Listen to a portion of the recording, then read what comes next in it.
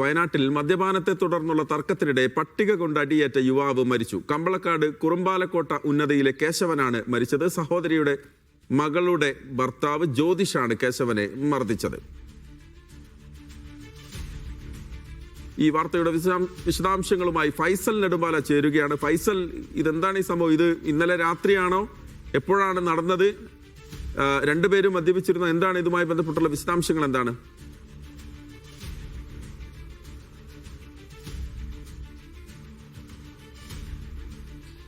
മഹേഷ്, ഇവര് ഇന്നലെ രാത്രി 9:30 കൂടിയാണ് ഇത്തരത്തിൽ ഒരു സംഭവം ഉണ്ടാകുന്നത്. ഇവരുടെ അതായത് കുറുമ്പാലക്കോട്ട കരടിക്കുഴി ഉന്നതിയിൽ ഇവർ ഒരുമിച്ച് മദ്യപിക്കുകയായിരുന്നു. കുറെ ആളുകൾ ഇവർക്കൊപ്പം ഉണ്ടായിരുന്നു. അപ്പൊ അതിനെ തുടർന്നുണ്ടായ ചെറിയ വാക്ക് തർക്കം അത് സംഘർഷത്തിലേക്ക് കലാശിക്കുകയായിരുന്നു. അതിനുശേഷം ഈ കേശവന്റെ സഹോദരിയുടെ മകളുടെ ഭർത്താവായ ജ്യോതിഷ് കയ്യിൽ കിട്ടിയ പട്ടിക എടുത്ത് കേശവനെ അടിക്കുകയായിരുന്നു. ഈ അടിയെ തുടർന്നാണ് കേശവന് ജീവൻ നഷ്ടമായത്.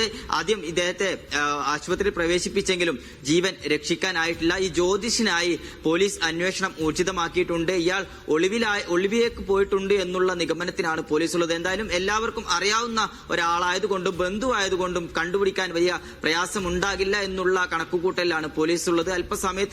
അല്പസമയത്തിനകം തന്നെ ജ്യോതിഷിനെ പിടികൂടാനാകുമെന്ന് തന്നെയാണ് കരുതുന്നത്.